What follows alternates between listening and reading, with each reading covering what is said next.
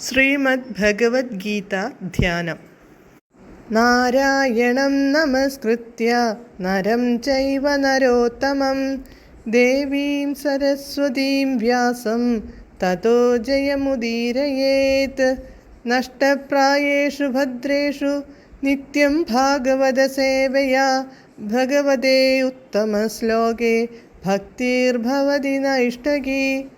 മൂകം കരോതി വാചാലം പങ്കും ലംഘയതേ ഗിരിം യത്കൃപാതമഹം വന്ദേ പരമാനന്ദമാധവം. ശ്രീഗുരും ദീനതാരിണം ശ്രീചൈതന്യമീശ്വരം. ഓം അജ്ഞാനതിമിരാന്ധസ്യ ജ്ഞാനാഞ്ജനശലാകയാ ചക്ഷുരുന്മീലിതം യേന തസ്മൈ ശ്രീഗുരവേ നമഃ. നമഃ ഓം വിഷ്ണുപാദായ കൃഷ്ണപ്രേഷ്ഠായ ഭൂതലേ ശ്രീമദേ ഭക്തിവേദാന്ത സ്വാമിന്നിധി നാമിനേ. നമസ്തേ സാരസ്വതേ ദേവേ ഗൗരവാണി പ്രചാരിണേ നിർവിശേഷ ശൂന്യവാദി പാശ്ചാത്യദേശതാരിണേ. ജയ ശ്രീകൃഷ്ണ ചൈതന്യ പ്രഭു നിത്യാനന്ദ ശ്രീ അദ്വൈത ഗദാധര ശ്രീവാസാദി ഗൗരഭക്തവൃന്ദ.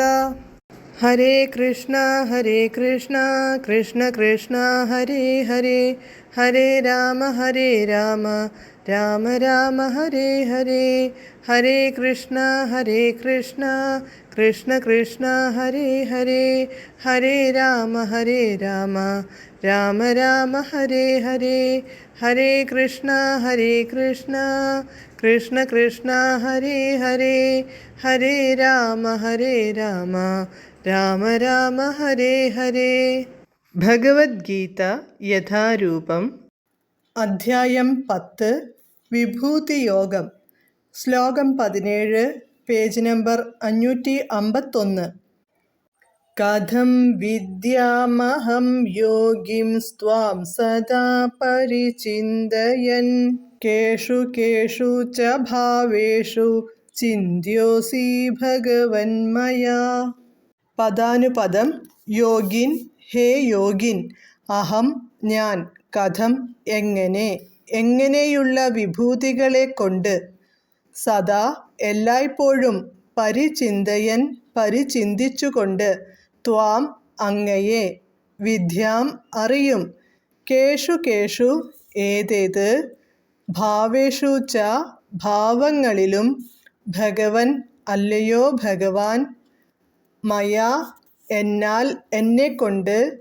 ചിന്ത്യഃ അസി, അങ്ങ് ചിന്ത്യനായി, ധ്യാനിക്കപ്പെടേണ്ടവനായി ഭവിക്കുന്നു. വിവർത്തനം. ഹേ യോഗേശ്വരനായ കൃഷ്ണ, അങ്ങയെ ഞാൻ നിരന്തരം ധ്യാനിക്കുന്നതും അറിയുന്നതും എങ്ങനെ വേണം? അല്ലയോ പരമദിവ്യോത്തമ പുരുഷ, ഏതെല്ലാം രൂപങ്ങളിലാണ് ഞാൻ അങ്ങയെ ഓർക്കേണ്ടത് എന്ന് പറഞ്ഞു തരൂ. ഭാവാർത്ഥം.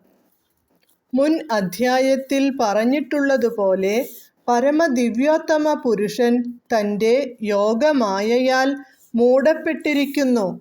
സ്വാത്മാർപ്പണം ചെയ്ത മഹാത്മാക്കൾക്കും ഭക്തന്മാർക്കും മാത്രമേ അദ്ദേഹത്തെ കാണാൻ കഴിയൂ.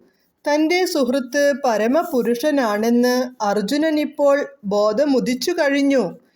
ഇനി അദ്ദേഹത്തിനറിയേണ്ടത് സാധാരണ ജനങ്ങൾക്ക് സർവവ്യാപിയായ ഭഗവാന്റെ ഭാവമറിയാൻ എന്തു പദ്ധതികൾ സ്വീകരിക്കണമെന്നാണ്.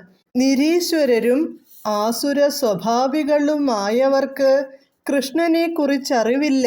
അവരുടെ ദൃഷ്ടികൾക്ക് അദ്ദേഹം യോഗമായാവ്യതനത്രേ. അവരുടെ നേട്ടത്തിനു വേണ്ടിയാണ് അർജുനൻ ഇങ്ങനെ ചോദിക്കുന്നത്. ഉത്തമ ഭക്തൻ തനിക്കു ലഭിച്ച അറിവുകൊണ്ട് തൃപ്തിപ്പെടില്ല. എല്ലാവർക്കും ജ്ഞാനമുദിക്കണമെന്നതാണ് അയാളുടെ ലക്ഷ്യം. വിഷ്ണു ഭക്തർക്കനുയോജ്യമായ കരുണ മൂലം അർജുനൻ ഭഗവാന്റെ സർവവ്യാപകതയെ സാധാരണ ജനങ്ങൾക്കും ചൂണ്ടിക്കാട്ടാൻ ആഗ്രഹിക്കുന്നു. യോഗമായ ശക്തിയിലാണ് ഭഗവാൻ മനുഷ്യദൃഷ്ടിക്ക് അപ്രത്യക്ഷനാവുകയും വെളിപ്പെടുത്തുകയും ചെയ്യുന്നത്. ആ യോഗമായ ശക്തിക്കുമധീശനാണ് കൃഷ്ണൻ. എന്നത്രേ യോഗിൻ എന്ന സംബോധന കൊണ്ട് അർജുനൻ ഓർമ്മിപ്പിക്കുന്നത്. കൃഷ്ണനെ സ്നേഹിക്കാനാവാത്ത ഒരാൾക്ക് എപ്പോഴും അദ്ദേഹത്തെ ഓർത്തുകൊണ്ടിരിക്കാൻ സാധിക്കുകയില്ല. അതുകൊണ്ട് അയാൾക്ക് ഭൗതികമായി ചിന്തിച്ചേ മതിയാവൂ. അത്തരം മനുഷ്യരുടെ ചിന്താഗതിയെക്കുറിച്ചാണ് അർജുനൻ പറയുന്നത്. കേഷു കേഷു ച ഭാവേഷു എന്നത് ഭൗതിക വിഷയങ്ങളെ കുറിക്കുന്നു. ഭവ എന്നാൽ ഭൗതിക വിഷയങ്ങൾ എന്നർത്ഥം. ഭൗതികതാവാദികൾക്ക് കൃഷ്ണനെ ആധ്യാത്മിക ഭാവേന ഗ്രഹിക്കാനാവാത്തതുകൊണ്ട് അവർ ഭൗതികങ്ങളായ ഉപാധികളിലൂടെ കൃഷ്ണൻ സ്വയം ആവിഷ്കരിക്കുന്നത് എങ്ങനെയെന്നറിയാൻ ഏകാഗ്ര മനസ്സോടെ ശ്രമിക്കണം. ഹരേ കൃഷ്ണ.